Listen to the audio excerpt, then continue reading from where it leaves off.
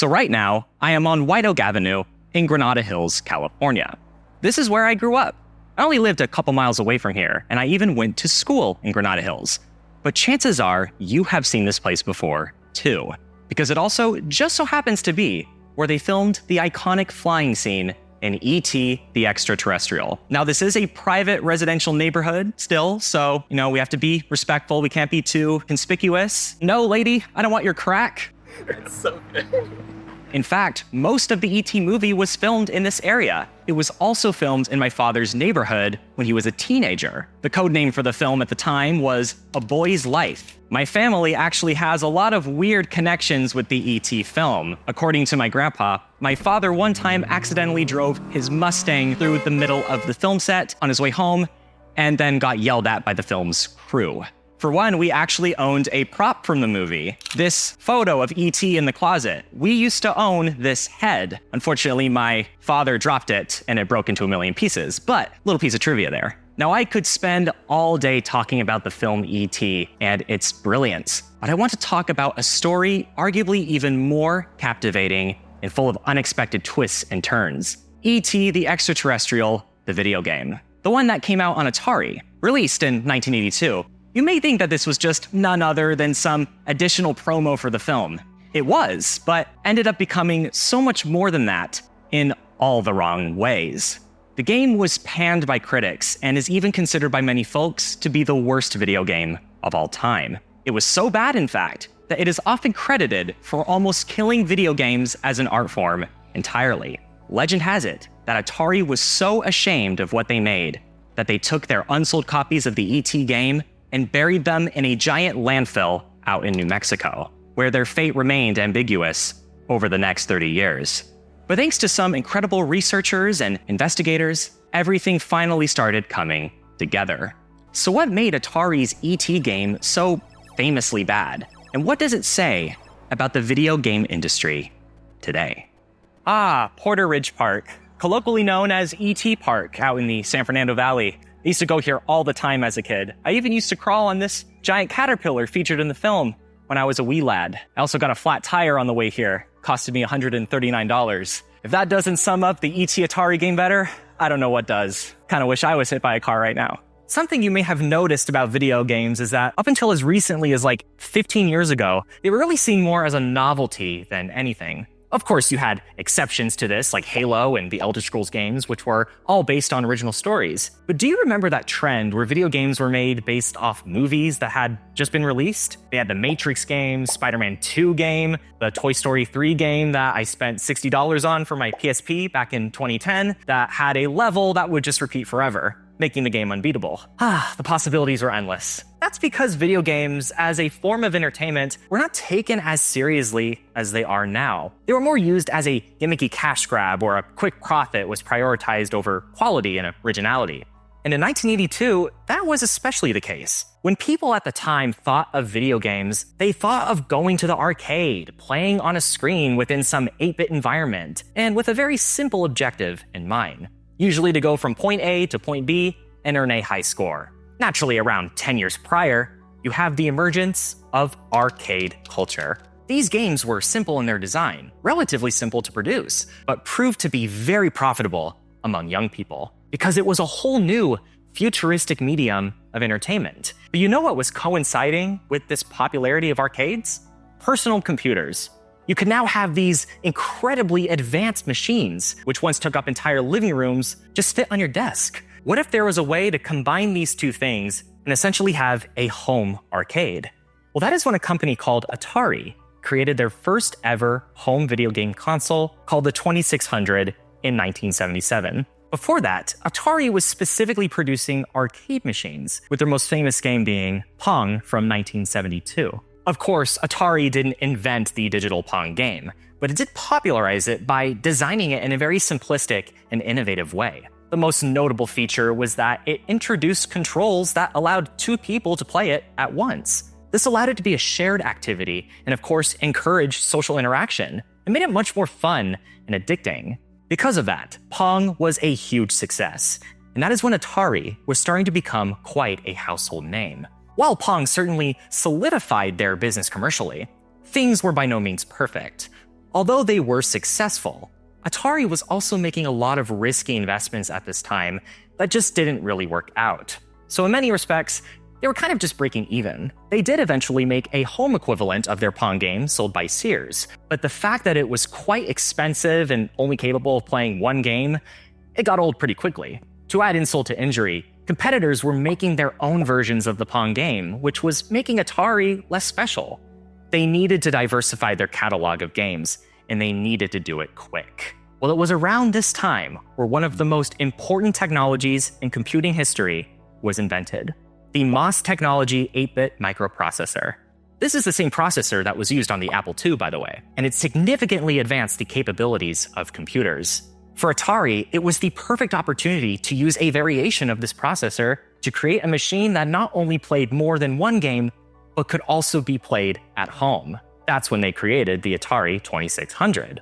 And around 1980, this relatively underground console exploded in popularity thanks to a new video game called Space Invaders. The game not only made the industry itself popular, but it created a whole new trend of science fiction, space-related games. Since Atari had exclusive console rights to this game, it made them a lot of money, and they wanted to take it to the next level. See what I did there? Well, this vision couldn't have come at a better time, because in the summer of 1982, you have the release of E.T. the Extra-Terrestrial. This movie was a blockbuster, a massive success. It was so popular, it even surpassed Star Wars at the box office. It was not only Steven Spielberg's most successful film at the time, but there was ample opportunity to further capitalize on it, beyond through just ticket sales. Much like how soundtracks to films could be purchased as albums at the record store, therefore connecting these two mediums of art, perhaps the same thing could be done with video games. It was such a new, foreign concept of entertainment for a lot of people. So maybe by connecting it with something they're already familiar with, like film, they'll get the hang of it more. What Star Wars did with action figures and toys, E.T. was going to do with video games. The future is now. Something to be observed, utilized, retransformed. And it can all be done easily through Squarespace. Squarespace is an all-in-one website that lets your voice be heard all around the world through the immense capabilities of the World Wide Web.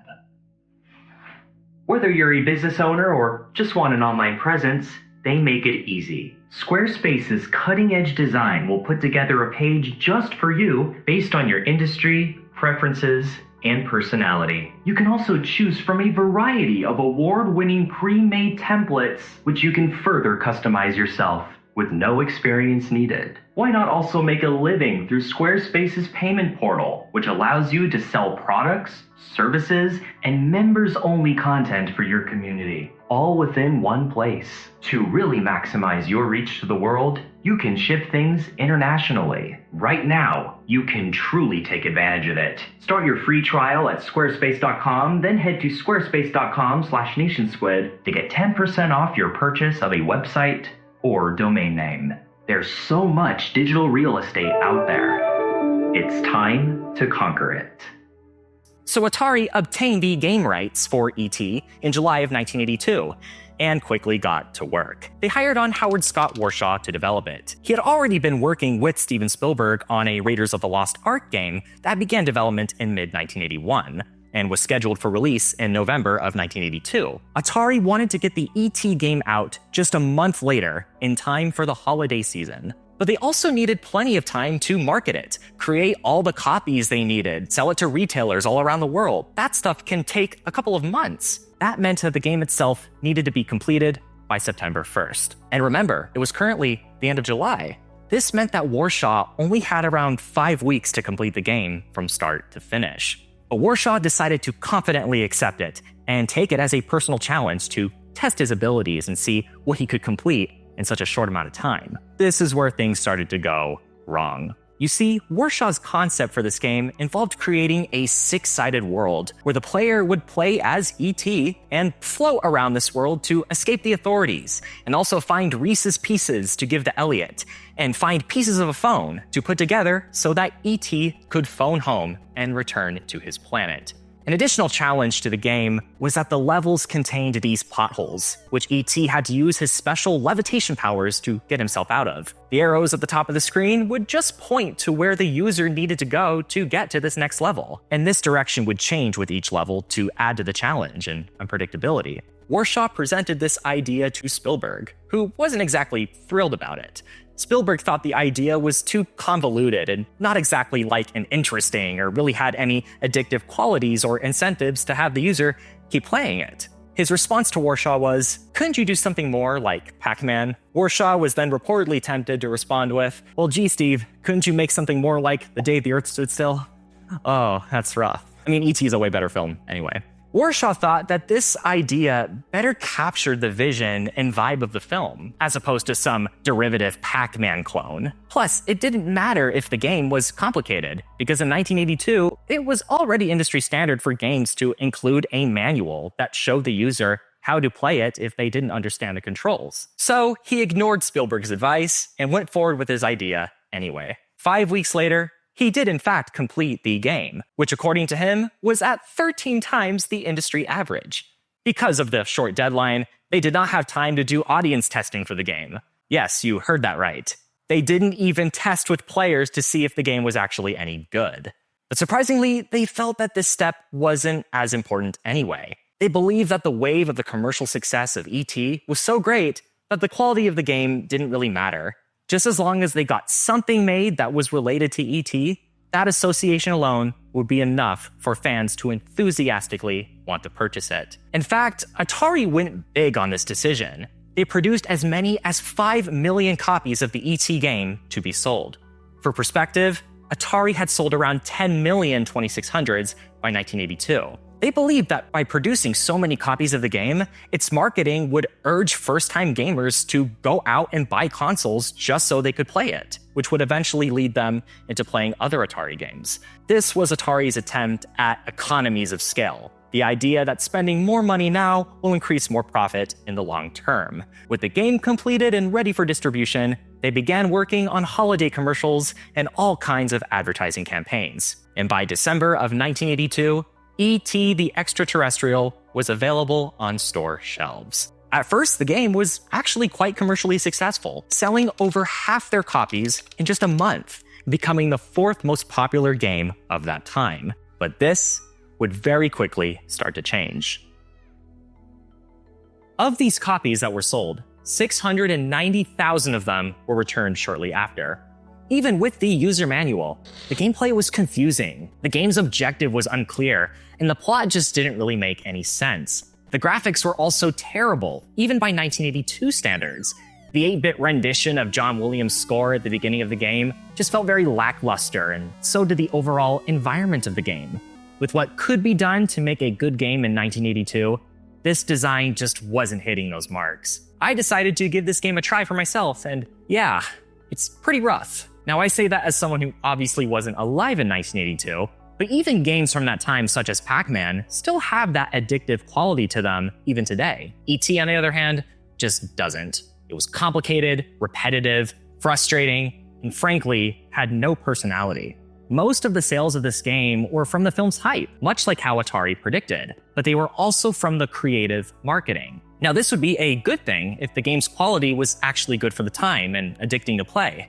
But again, it just wasn't. Even with the returns taken into account, you may think that selling 1 in 5 copies of the game that were produced sounds pretty good, but there's a lot to consider beyond just the development costs. Even with this figure, Warner Communications, the company that owned Atari, was disappointed in these sales numbers. Because the game was quickly garnering such a negative reputation, word of mouth quickly discouraged prospective audiences from ever buying a copy. So this sales momentum quickly plummeted. On top of that, it was later discovered that Atari spent around $25 million in 1982 money to obtain exclusive gaming rights for the film. Yes, things like Star Wars merchandise have the advantage of just being good display pieces. A video game, on the other hand, has to actually be entertaining to play. With these things considered, E.T. did not return a profit and was a massive commercial failure for Atari. Just a few months later, you had the video game crash of 1983, which is often considered one of the most economically devastating events in video game history. to the point where the industry itself almost died completely. And you may have been told that the E.T. game was directly responsible for this. But that isn't exactly true. E.T. was not a direct cause of the crash, but it certainly was a microcosm. Because the E.T. game's negative press was so loud and public, it essentially became the poster boy for a growing trend among video games at the time. The practice of just creating a bunch of low-quality, unoriginal games in order to generate a quick profit. As a result, you have a huge oversaturation of just crappy video games that were often expensive to purchase in 1980s dollars. This created a reputation within the industry that most video games were just terrible and not a worthy investment. So people just stopped buying them. To make matters worse, the personal computer was only getting stronger and more popular. The Commodore 64 alone was the highest selling computer of all time. Although the technologies were similar to gaming consoles, they had versatility on their side. Video game machines could only be used for one thing, video games, whereas personal computers could be used for video games, word processing, data collection, and a bunch of other stuff. Why even buy a gaming console when you could just buy a personal computer as a much better long-term investment? So then people stopped buying gaming consoles. In 1983 alone, Atari lost over $500 million in 1980s money. And the one game that people could really think of at that time was E.T. Atari never really recovered from this ordeal, and it was clear that the gaming industry itself needed an overhaul. It wasn't until Nintendo's Entertainment System in 1985 where things started to truly recover, as they took an approach that entirely focused on quality assurance and original storytelling. It wasn't just E.T. that Atari overproduced either. They put a lot of inflated faith into their other products as well, which led to them having a warehouse full of games that nobody wanted to buy. It was quite literally cheaper for them to just get rid of them. So according to urban legend, all of these unsold game cartridges were dumped at a landfill in Alamogordo, New Mexico, where they remained modern folklore, lost to time, for over 30 years. That is until a search effort was put together in 2014 by Zach Penn, Fuel Industries, and Microsoft to determine if this story was in fact true. And sure enough, it was. Over 720,000 unsold cartridges were found at this burial site, where they served as an accidental time capsule. It's easy to say that Atari's E.T., the Extra-Terrestrial, is a cautionary tale for why you shouldn't rush a product, but I think it is much more than that. It is not only a glimpse into the fledgling video game industry and the growing pains that it was experiencing at that time, but it serves as a lesson on the dangers of overconfidence and incorrectly determining your target audience's wants and needs, all in the cheap effort of riding the wave of something already popular. This was a trend that didn't truly die until around 3 decades later. While the E.T. game was a huge commercial failure, we are still talking about it, generations later. Perhaps its legacy was meant to tell a much more interesting story than this game ever could. If you would like to learn more about video game failures throughout history, I did one involving Bungie, the creators of Halo, which you can find here. A special thanks to my Patreon supporters, patreon.com/nationsquid. You can also buy me a coffee as well. And if you want to subscribe, I'll be right here.